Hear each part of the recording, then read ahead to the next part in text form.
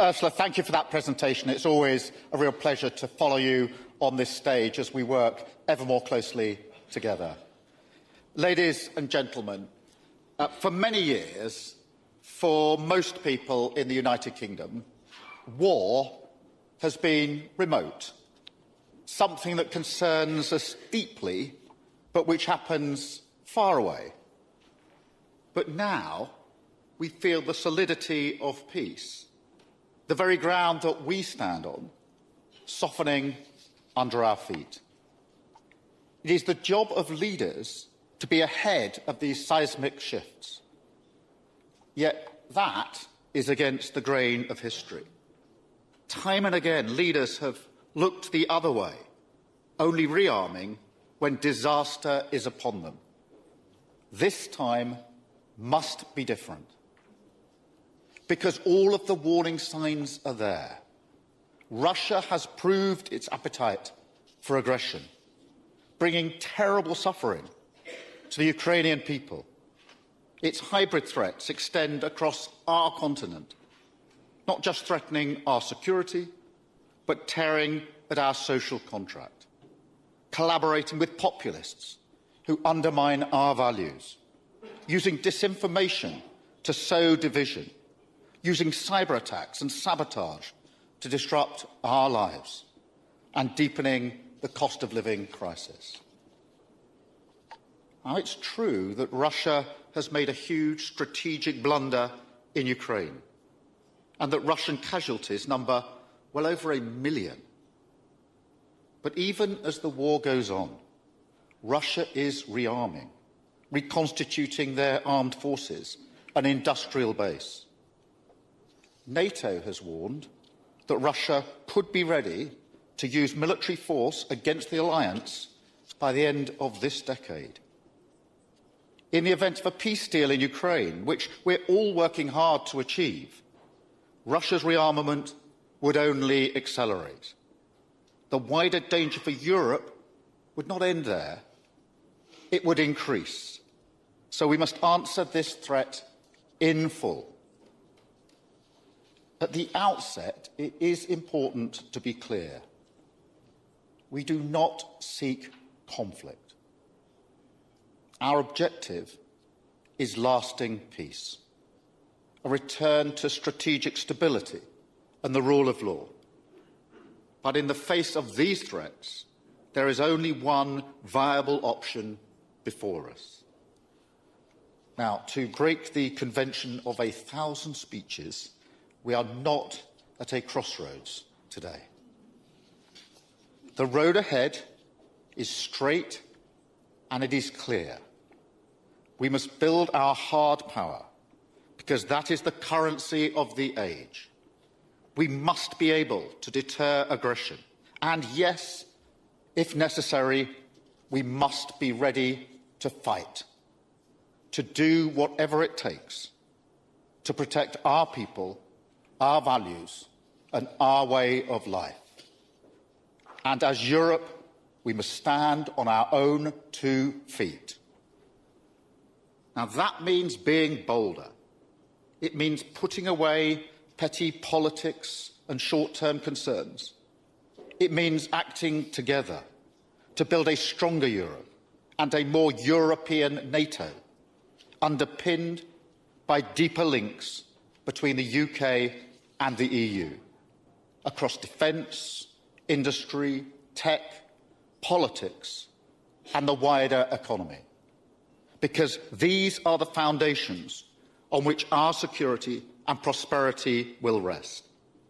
This is how we'll build a better future for our continent, true to the vibrant, free and diverse societies that we represent, showing that people who look different to each other can live peacefully together, that this isn't against the tenor of our times. Rather, it's what makes us strong, as we're prepared to defend it with everything that we have. Now, we are not the Britain of the Brexit years anymore, because we know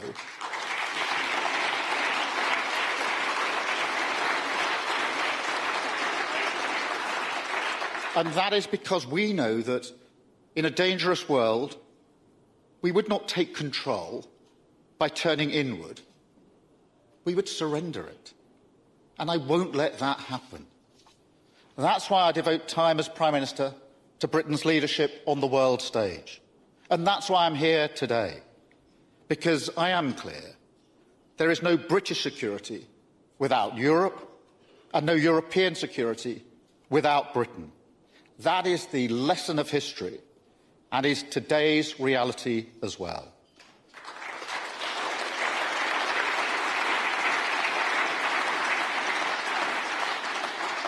So together, we must rise to this moment. We must spend more, deliver more, and coordinate more. And crucially, we must do this with the United States. The US remains an indispensable ally. Its contribution to European security over 80 years is unparalleled, and so is our gratitude. At the same time, we recognise that things are changing.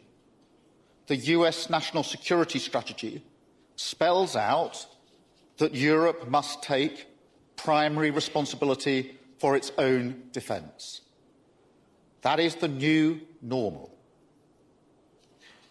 Now, there have been a series of thoughtful interventions about what this means, including the argument that we're at a moment of rupture. Now, I would agree that the world has changed fundamentally and that we must find new ways to uphold our values and the rule of law. But in responding to that change, we must not disregard everything that has sustained us for the last 80 years. That could prove to be a moment of destruction. But instead, I believe we must make this a moment of creation. Instead of a moment of rupture, we must make it one of radical renewal. So, rather than pretending that we can simply replace all US capabilities, we should focus on diversifying and decreasing some dependencies.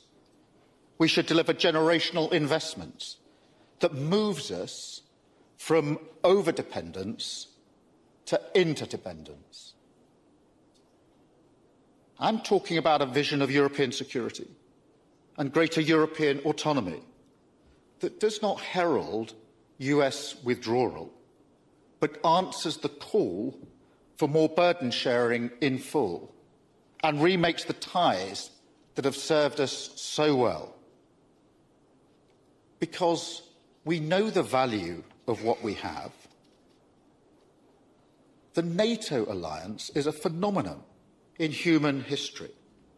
It achieved something that leaders had been trying to do for centuries, from Westphalia to the Congress of Vienna to Versailles.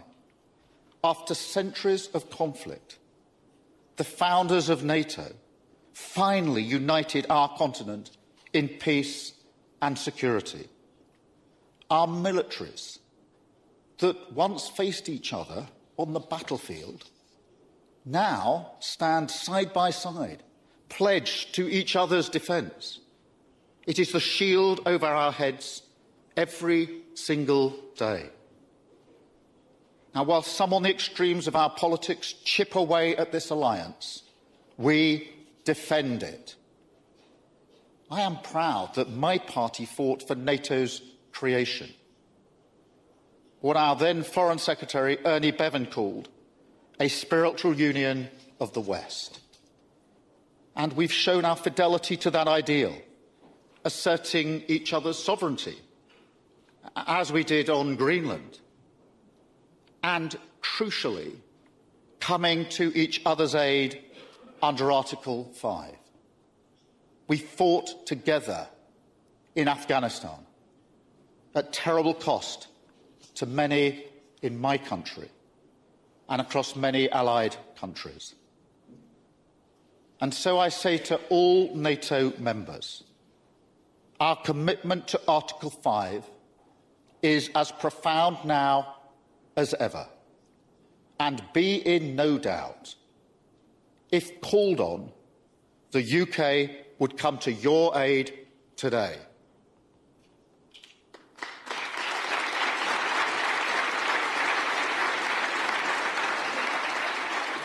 Now, Europe must not turn its back on this. Instead, we must move forward together to create a more European NATO. As I see it, Europe is a sleeping giant. Our economies dwarf Russia's more than 10 times over. We have huge defence capabilities. Yet, too often, this adds up to less than the sum of its parts. Fragmented industrial planning and procurement have led to gaps in some areas and massive duplication in others. Europe has over 20 types of frigate and 10 types of fighter jet. We have over 10 types of main battle tank, whilst the US has one.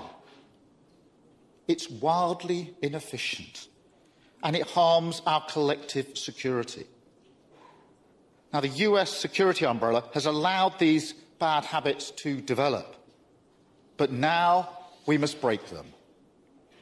And we have shown that we can coordinate to great effect, as Ursula has just set out, supporting Ukraine in a way that Putin never really imagined, creating the coalition of the willing, which now covers almost all of Europe, as well as Canada and our friends in the Asia-Pacific, and going further in our support, with the UK announcing over £500 million this week for more air defence for the Ukrainian people. To meet the wider threat, it is clear that we are going to have to spend more faster.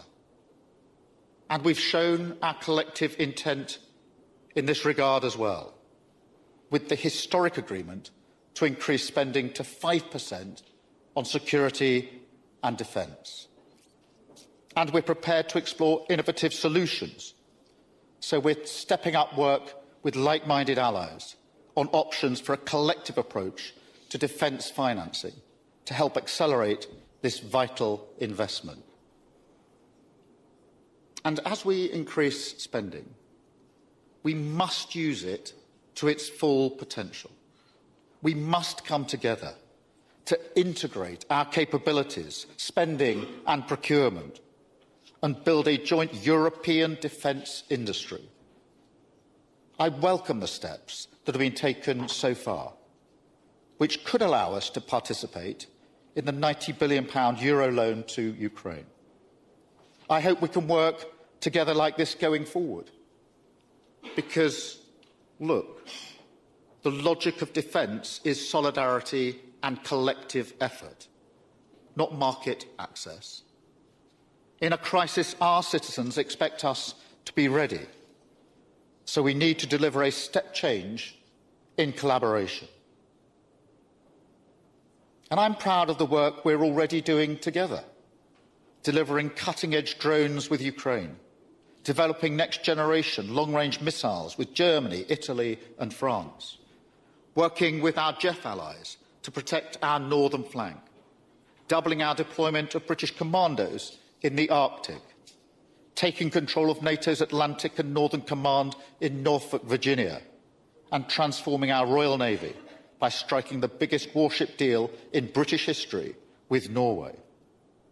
We're building a fleet of warships to hunt Russian submarines and protect undersea infrastructure. We want to replicate this level of collaboration with other allies across the High North and the Baltic. And I can announce today that the UK will deploy our carrier strike group to the North Atlantic and the High North this year, led by HMS Prince of Wales, operating alongside the US, Canada and other NATO allies, in a powerful show of our commitment to Euro-Atlantic security.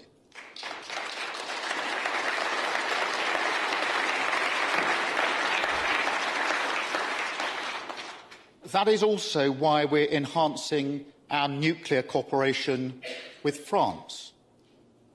For decades, the United Kingdom has been the only nuclear power in Europe to commit its deterrent to protect all NATO members. But now, any adversary must know that in a crisis, they could be confronted by our combined strength. It shows beyond doubt how vital it is that we work together. So we must also look at what more we can do with the EU. We must go beyond the historic steps that we took at last year's UK-EU summit to build the formidable productive power and innovative strength that we need. British companies already account for over a quarter of the continent's defence industrial base. They are job-creating, community-building machine, employing around 239,000 people across the United Kingdom, including in Wales, where this month we're launching the first of 5 regional defence growth deals. We want to bring our leadership in defence, tech and AI together with Europe to multiply our strengths and build a shared industrial base across our continent, which can turbocharge our defence production. And that requires leadership to drive greater coherence and coordination across Europe. That is what we're doing with Germany and France in the E3, working closely with EU partners, particularly Italy and Poland, as well as with Norway, Canada and Turkey. So my message today is the United Kingdom is ready. We see the imperative, we see the urgency. We want to work together to lead a generational shift in defence industrial cooperation. Now, this includes looking again at closer economic alignment. We are already aligned with the single market in some areas to drive down the prices of food and energy. We are trusted partners. And as the Chancellor of the Exchequer said this week, deeper economic integration is in all of our interests.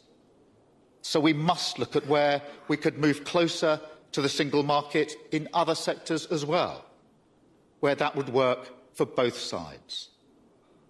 The prize here is greater security, stronger growth for the United Kingdom and the EU, which will fuel increased defence spending, and the chance to place the UK at the centre of a wave of European industrial renewal. I understand the politics very well. It will mean trade-offs, but the status quo is not fit for purpose. And to me, there's no question where the national interest lies, and I will always fight for what's best for my country. I started today talking about avoiding the mistakes of the past, like delaying action or fragmenting our efforts. But there's something else. In the 1930s, leaders were too slow to level with the public about the fundamental shift in mindset that was required. So we must work harder today to build consent for the decisions we must take to keep us safe. Because if we don't, the peddlers of easy answers are ready on the extremes of left and right, and they will offer their solutions instead. It's striking that the different ends of the spectrum share so much. Soft on Russia, weak on NATO, if not outright opposed, and determined to sacrifice the relationship we need on the altar of their ideology. The future they offer is one of division and then capitulation. The lamps would go out across Europe once again. But we will not let that happen. If we believe in our values, in democracy, liberty and the rule of law, this is the moment to stand up and to fight for them. That is why we must work together and show that by taking responsibility for our own security, we will help our people look forward, not with fear, but with determination and with hope. Thank you very much.